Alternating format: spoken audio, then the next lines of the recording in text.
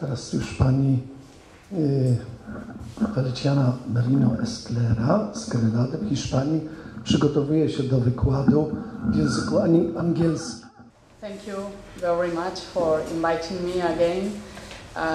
I was here last year and I must say that I felt myself like at home, really.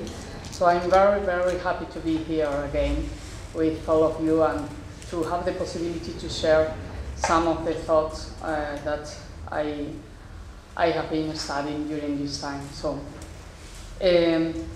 Edith Stein is a model of experience for our increasingly frail, secularized and fragmented Europe, where the seal of ideology leaves its mark in all spheres of life, even the religious sphere, filling everything with sour discourses that seek to stifle the thirst for beauty and truth we all have inside.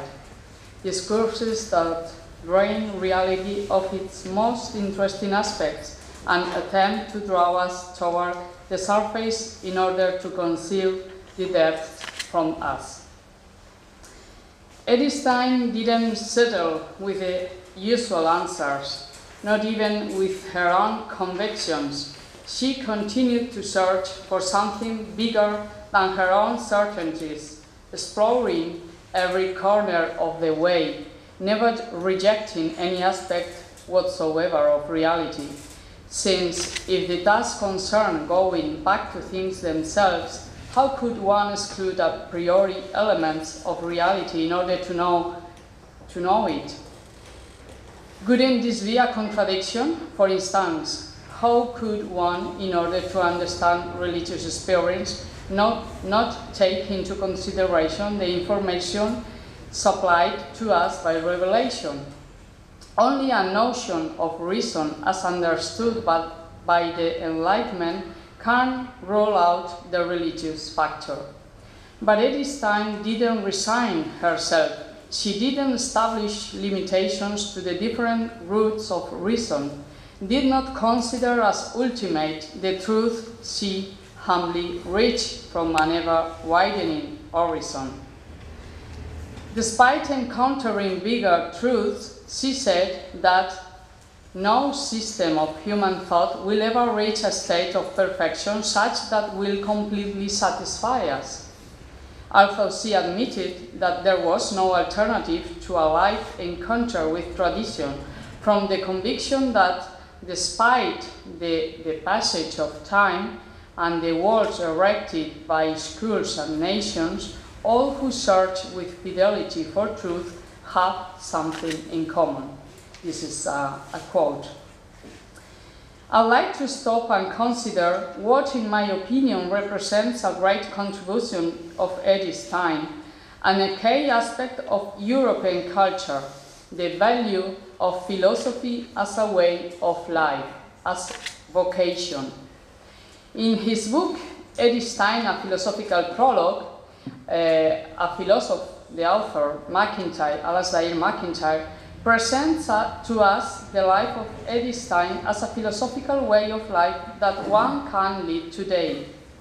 It is of utmost importance to recover philosophy as a way of life, especially if we think of the sad role assigned to it by many philosophers within today's universities, as von Hildebrand has correctly pointed out in his book, What is Philosophy? Sad role as consequence of an unshakable faith in science, which determines a defense of objective universal truth for the realm of scientific knowledge, while at the same time a denial of the existence of truth and an advocacy of philosophical relativism, reducing any philosophical debate in which the question of truth arises to the domain of subjective judgment. After all, the opinions of philosophers vary. Thus, recovering the status of philosophy has its importance, and we have a magnificent way of doing it by proposing models of philosophical lives in which the relation between philosophy and personal life experience and personal life experience help us understand the real task of the philosopher. The aim is not so much using philosophy to ensure the permanence of philosophical discussions despite their fertility, but rather to recover the notion of end, which in the case of philosophy is known rather than truth. That is why philosophy cannot be conceived apart from life, just like conversely, life is envisaged through the light shed by philosophical reflection. To state that a subject's life experience has little influence in his philosophical work simply doesn't hold. Reason does not act without precedent. It is not a boat stranded in the middle of the ocean trying to reach shore without sense of direction. Rather, philosophical currents are pathways that point clearly towards some direction, some of them truer than others, and still others so unreal that pretend to lead us to no man's land.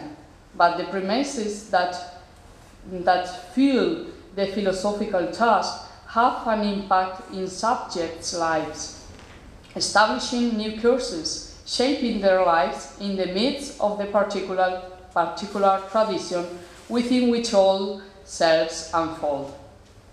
However, while this position is largely the foundation of our notion of philosophy, inasmuch as reason has isolated itself, be it through the rationalist assumption that reason can attain the absolute and universal truths of all science, or through the skeptic suspicion that truth is unreachable, philosophy has come to be a discipline for specialists, so elevated that it seems to lay far from man's interest, not being any more an aid to anyone's life. Nowadays, one is considered a better philosopher the further apart one stands from life. For this reason, a philosopher today is a strange being that, secluded in his quarter, call it department, and aside from the world, must contrive abstractions that may perhaps explain the life he is not capable of living. Since the connections between life and philosophy are, according to MacIntyre in reference to modern readers, accessory, accidental, and in any case of a small relevance to explain philosophical discourse, which then becomes professional, technical, indifferent to the events of the world, abstract and alien, a discourse that is a voice to which no one lends an ear, and that subsists in the furthest margins insofar as it doesn't influence the shaping of reality, which in any case carries on in its own parallel course. We can say that the basis of this dualism between thought and world, between philosophy and life, lies in the loss of teleology, which takes place not only within the realm of philosophy, thus turned into ideology, but also in contemporary moral life at large. From these parameters, it is difficult to take into serious consideration the figure of Edith Stein. She is a forgotten figure for the purposes of academic specialized philosophy, where the role of the philosopher is confined to pursuing an academic career leading to doctorate and habilitation, while students perceive that what they are being taught is merely part of an academic routine established for the achievement of predetermined and professional aims, a routine that will in any case remain unaffected by the fact of studying philosophy. This is also of MacIntyre's words. In MacIntyre's words, the system of university education and its regulations are designed to defend society from philosophical invasions. It is difficult for Edith Stein to appeal to us as an interesting thinker precisely because when one defends the separation between philosophy and life, a given philosopher will seem better the more original what he has to say. That is, the more he distances himself from his forerunners, and consequently, the stronger he rejects the philosophical tradition that has inevitably nurtured him. This is a result, of course, of modernity, especially with Descartes. In the case of Edith Stein, we always find her being criticized of being a faithful follower of Husserl, from whom we might recall that she distanced herself precisely because she perceived in him an evolution towards idealism, a fact which in turn makes phenomenologists loyal to Husserl consider that she misinterpreted him, or undervalued because presumably she adds nothing new, and what he says about Aquinas has no originality. And even when she does say something new about Aquinas, those who consider themselves Thomists think she misconstrues him. Curiously enough, Edith Stein has no intention of being more or less Husserlian when she studies Husserl than pretends to be more or less Thomist when she studies Aquinas. This attitude is a valuable asset for those who seek truth regardless of its source. Amicus Plato, sed major amica veritas.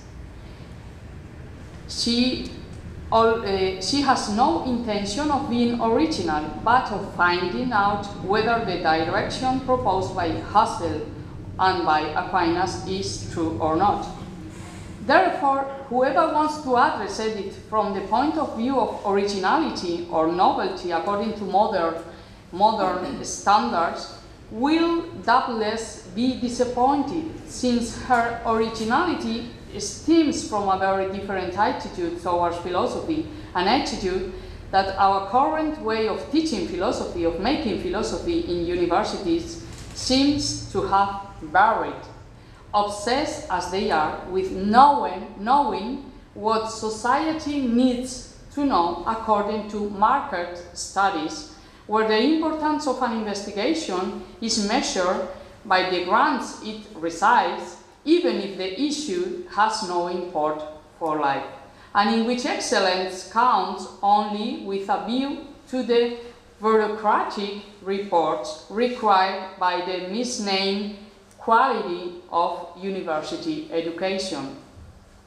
For Edith Stein, unfortunately, still today for many philosophers, philosophy is a permanent search for truth, a task that is never complete, that is supported in the recognition that human reason is dependent, not independent, historical, and that the truth found are partial, which shapes philosophy from its own inclination towards self-sufficiency, a tendency bred in the presumption that it can exhaust the explanation of things themselves. Edith Stein had many friends, and she conversed, talked with them about phenomenology. She posed questions, discussed, asked them to assess her about the orientation of her own research, share her work and read her colleagues, argue about it through correspondence in conversations, etc. And after conversion, she continued to do the same with Shibara and Balzer, her spiritual fathers, or with convent sisters. She never abandoned her method, nor even ceased to trust it, while at the same time feeling no less free for doing so. She may not have said anything original by the standards of today's philosophy, but she has the value of reminding us what the real vocation of the philosopher, of every man, is: to pose again unsolved vital questions, the answers to which have the value of making us realize the inevitable nature of the issues they raise.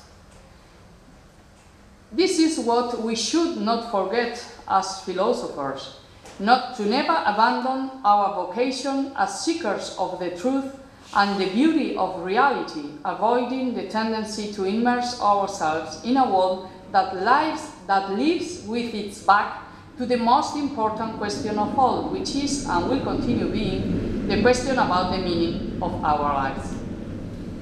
Stein's trajectory is worth recalling time and time again, since her use of all methods at hand for her research makes manifest our need to recover or widen Benedict XVI's expression, a sense of reason that does not shut out any of the elements of reality, but that welcomes them, aware of the fact that a multiplicity of methods entails a multiplicity of real objects, and that this, in turn, demands a wider understanding of reality and of the rational capacity that apprehends it.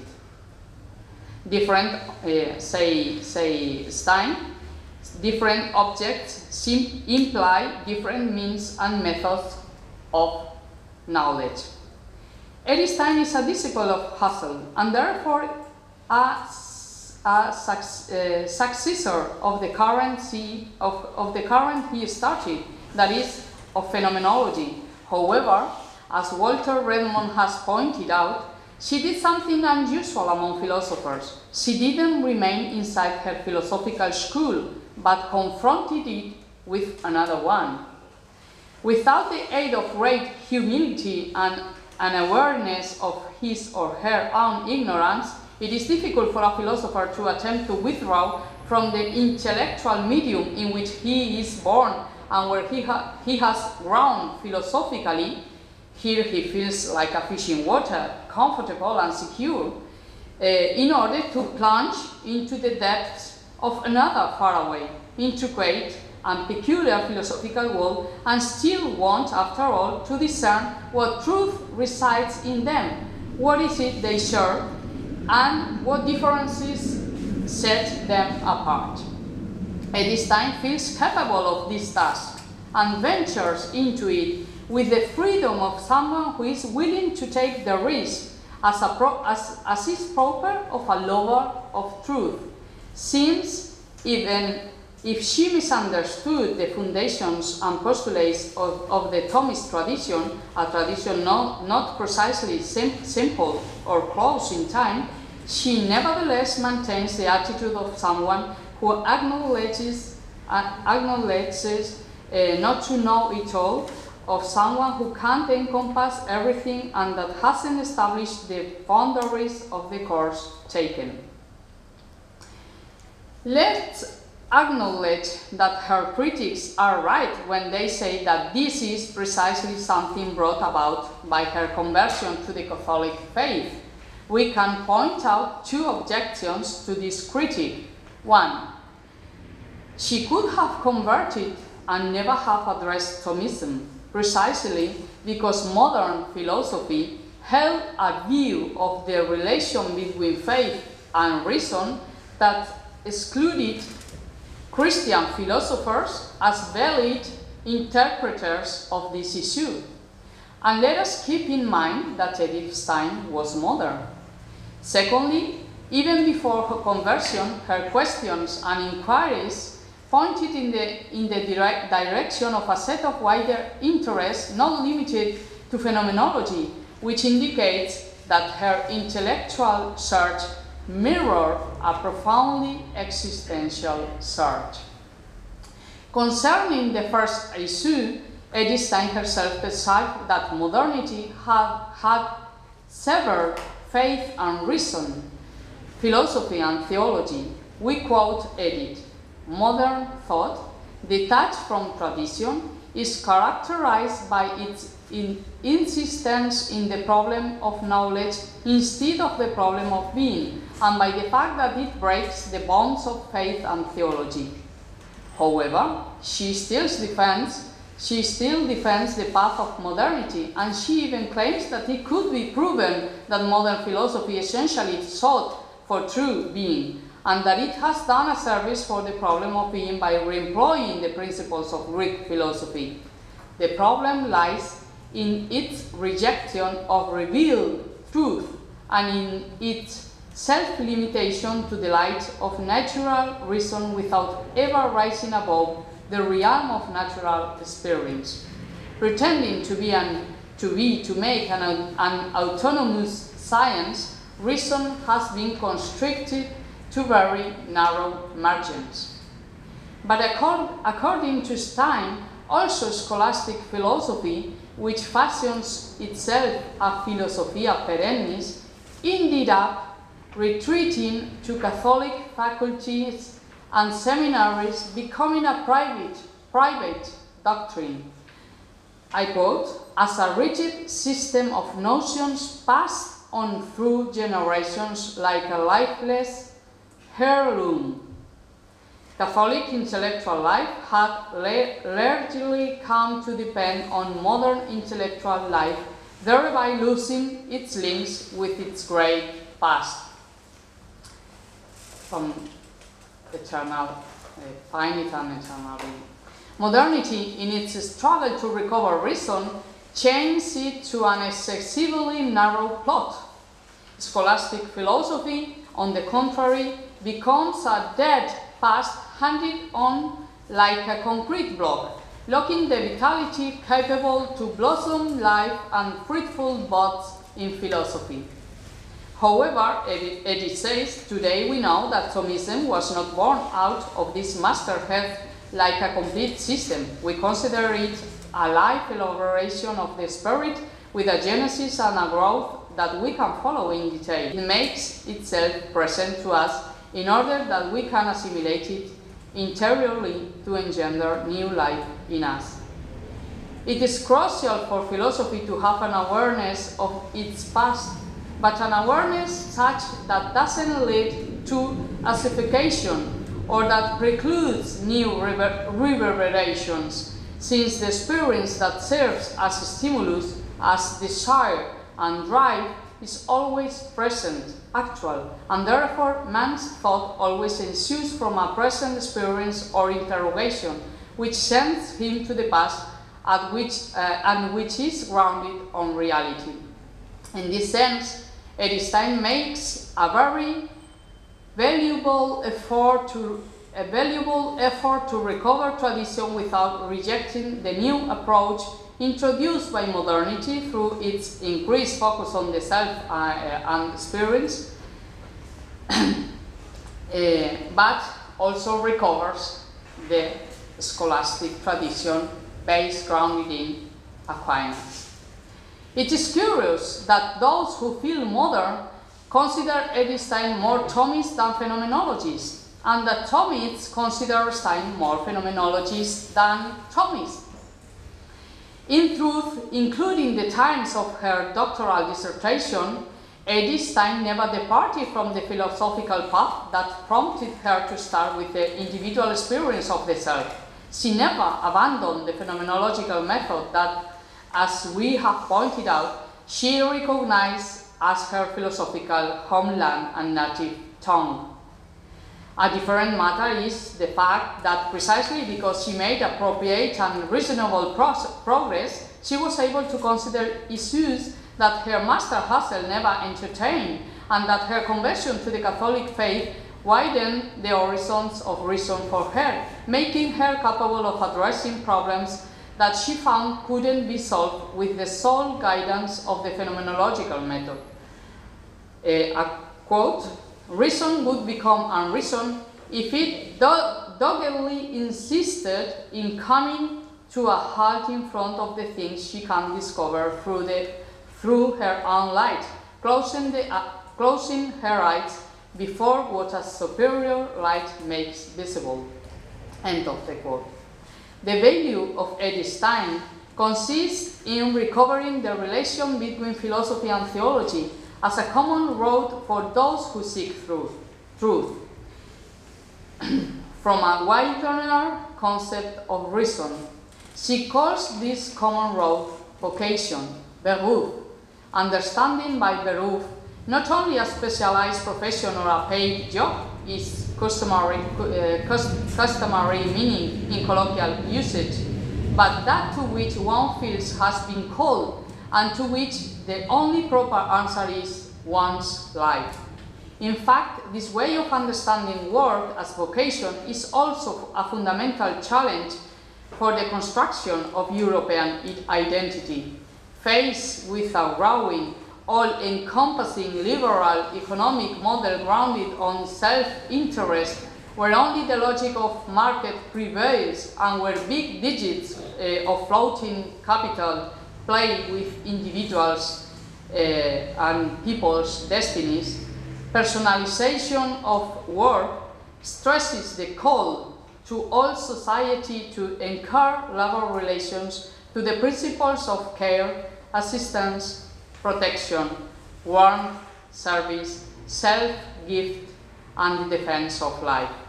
This translates into a new sense of life and work as expression of human beings' vocation to donate itself, of its capacity to give, or better, of its capacity to love.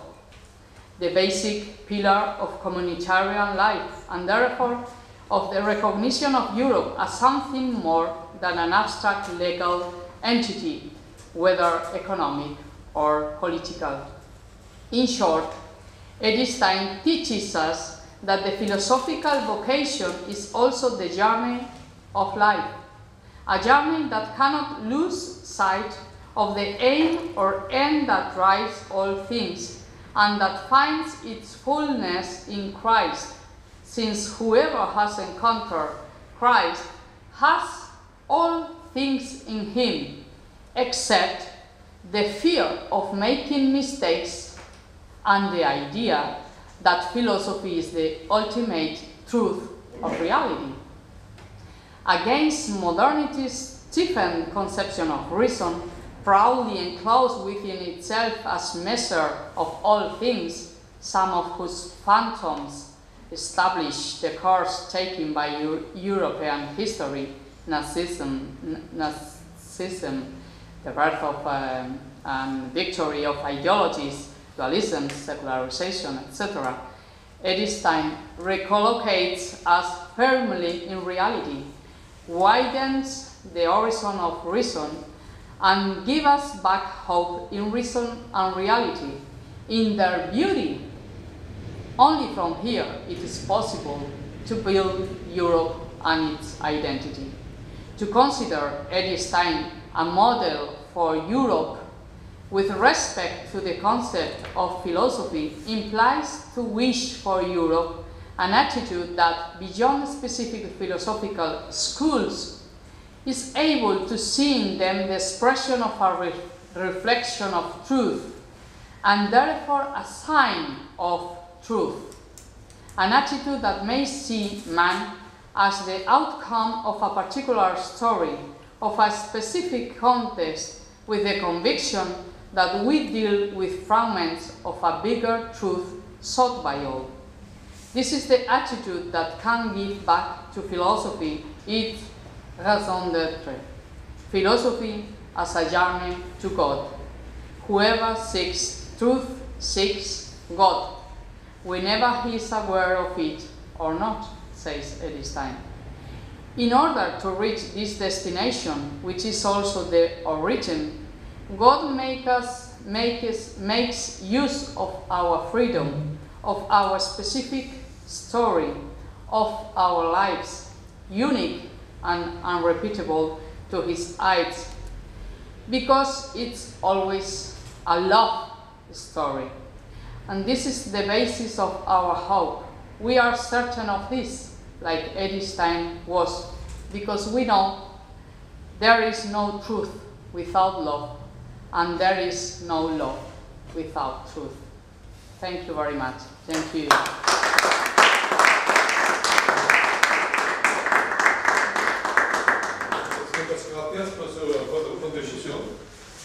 Muchas gracias por su contribución, and I feel most privileged, kind of out of a sudden, to lead a discussion with you. I was totally taken by your talk, And there are three things which really touched me most. The first one, that you really didn't stay above, that you really widen our view on the fragmentization of Europe and all the social and economic strains which are in our context. The second thing is that you really reminded us, and I would say you reminded the philosophers and and us theologians, that we must not stay in the ivory tower, but come out and do our work daily, down to earth. And the third one, which I found very familiar with, and I really was inspired that you mentioned that you highlighted Edith Stein's work as a bridge builder. So if you talk about pontifical things, here is someone who really builds a bridge. Okay, so this is my first impression. If there are other impressions and some other things you would like to ask, you can ask me in English and German. In Polish, everything will go by Jerzy. Please. Haben Sie irgendwelche Fragen, Anmerkungen? Do you think that Edith Stein felt dissatisfied? The reason why she moved was because of the whole issue of natural reason and supernatural reason that she found in Thomas answered so many questions that phenomenology couldn't answer, and she was looking for that piece to that reason had to have some way of setting its limits, and that it had to in some way get outside of itself to set those limits. And I'm just wondering, in her discussion with modern philosophy, is that really the key issue that she had? And how do you think she could, through Edith Stein's work, can it be bridged with modern philosophy? Mache ich kurze Übersetzung für die Deutschen. Die Frage ging in die Richtung, ob der Schritt, den Edith Stein vollzogen hat zu diesem Brückenbau, seine Begründung darin fand, dass Edith Stein mit dem, was sie schon vorher hatte, eben nicht, dass das nicht ausgereicht hat, um ihre Fragen zu beantworten.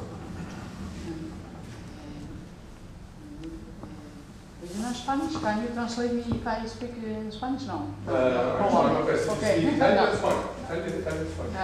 Okay, I will try. We'll try the best Italian. That's good.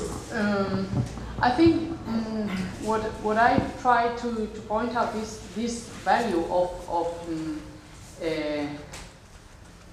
trying to make that classical philosophy and modern philosophy comes together to understand not only the terms or the limits of modern reason, but the whole life, how we consider, how we understand our life as being related to the way of searching truth. I think this is the real value of Edith Stein. So you can find many common issues, many questions common in modern in classical philosophy. But I don't think she made something like I cannot reach from natural reason to she says it as I quote it. She says that it would be stupid to stop at a limit when we have a light, another way of knowing, another way of understanding, another way of having experience of other things, and that doesn't mean which is not reasonable. So it's not a dualism between natural reason and supernatural reason, but a unique way of finding that philosophy and theology is the same way, the same path, the same way of searching truth. So there are many thinkers, many researchers who only see that Edith Stein is Thomas or Edith Stein is phenomenologist. But this is, from my point of view, the same way of maintain the dualism between philosophy or between faith and reason, between natural reason and super. This is modern. This is still a modern way of considering this. So the precluding of schools, philosophical schools, because that has made that the way of considering philosophy in Europe is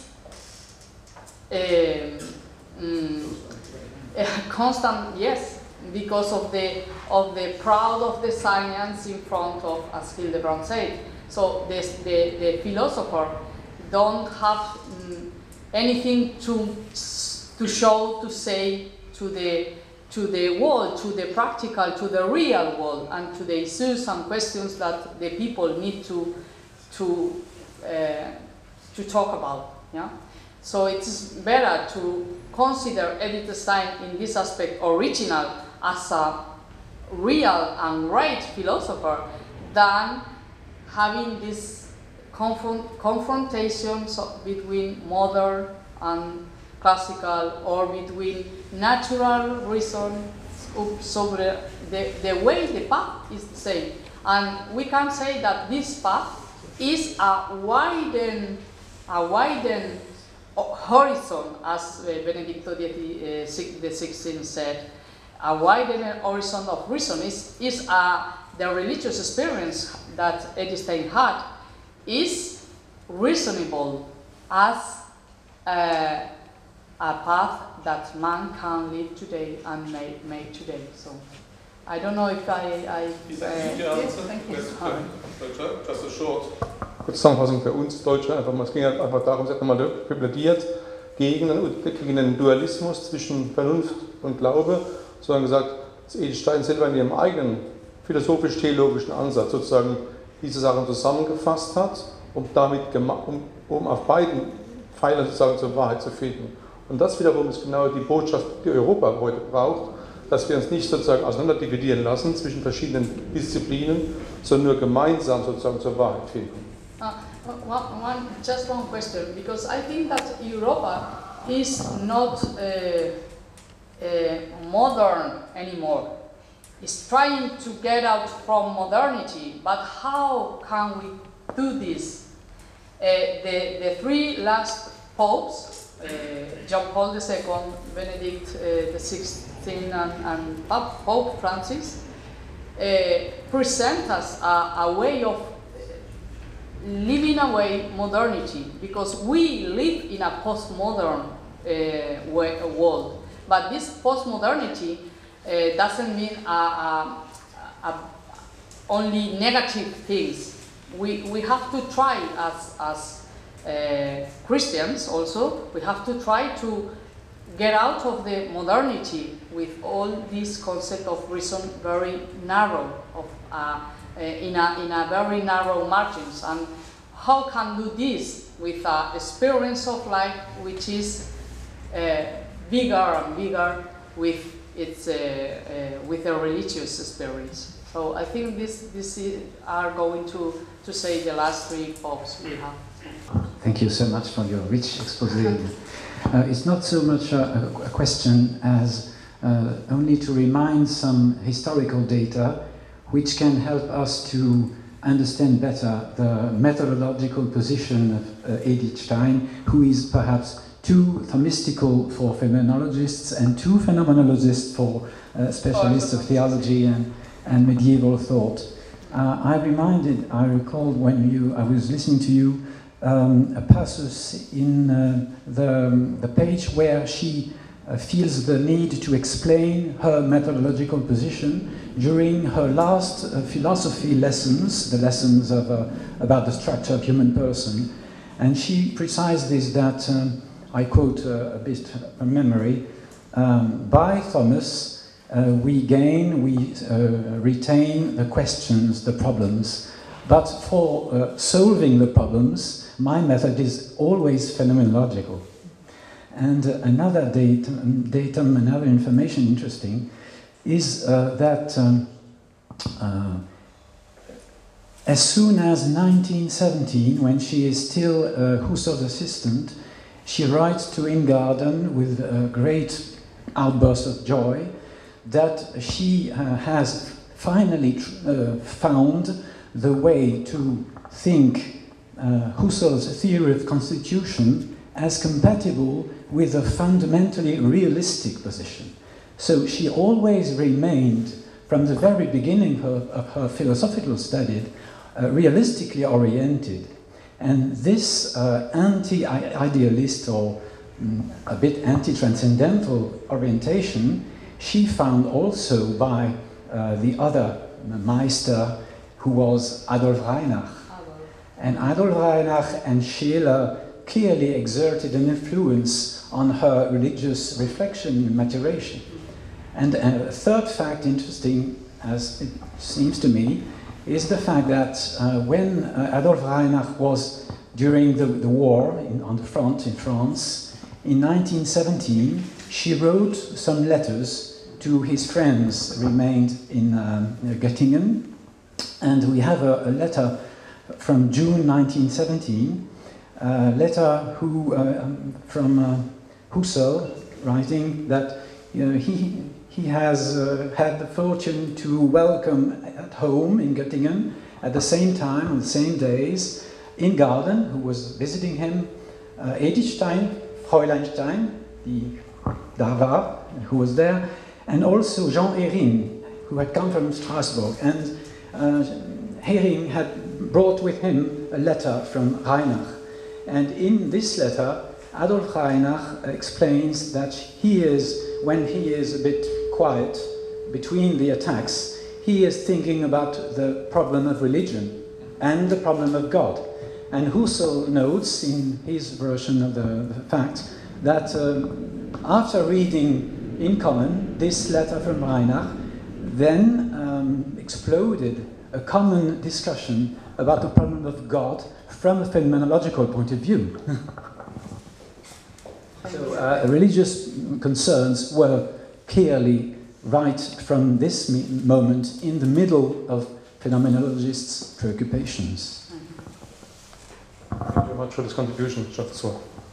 Hey, any more comments or? Thank you, Feliciana. A question about philosophical discourse. You said that philosophy nowadays, philosophers are often far from everyday's life, and it's difficult to make this link between life and philosophy.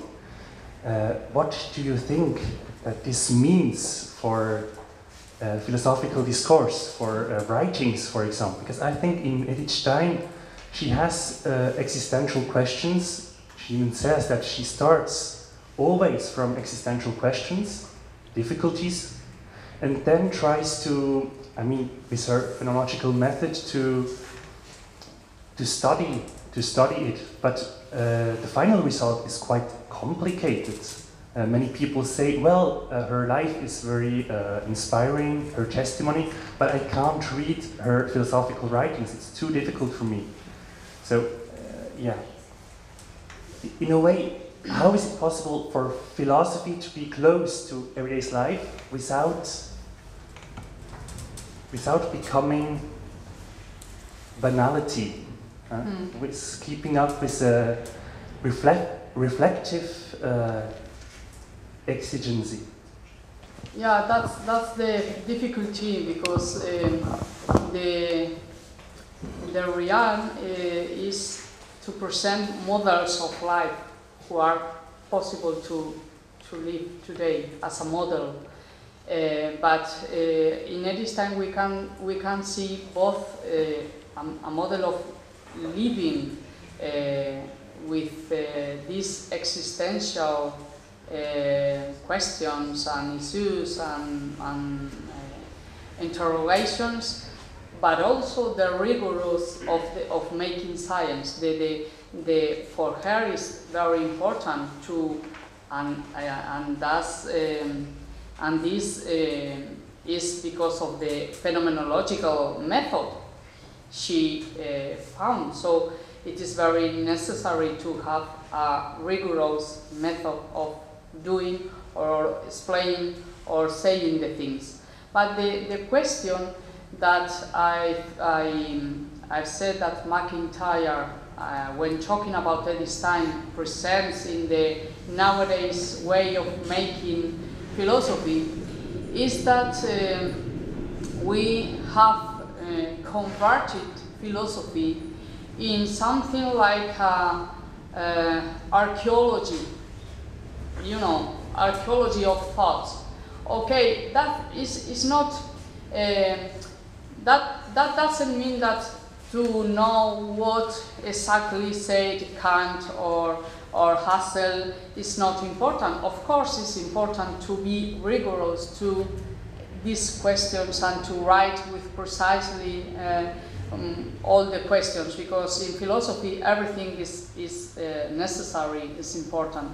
But what McIntyre says is that normally we present this as a way of grounding the world, the social world, and this is not passing. This is false, because philosophers have, when we, what McIntyre said that we live as philosophers, making in our quarter, in our department, making philosophy, writing, but when we close the door of this quarter of our desk and go home, we don't live anymore as philosophers. We live as normal and common men and women in the world. So this is not understood as vocation. Edith Stein shows us that philosophy, the search of truth, is a real vocation, that you cannot say one thing when you write in philosophy or when you have a lecture and then live in your family or with your friends or with in other social spheres of life without being a philosopher.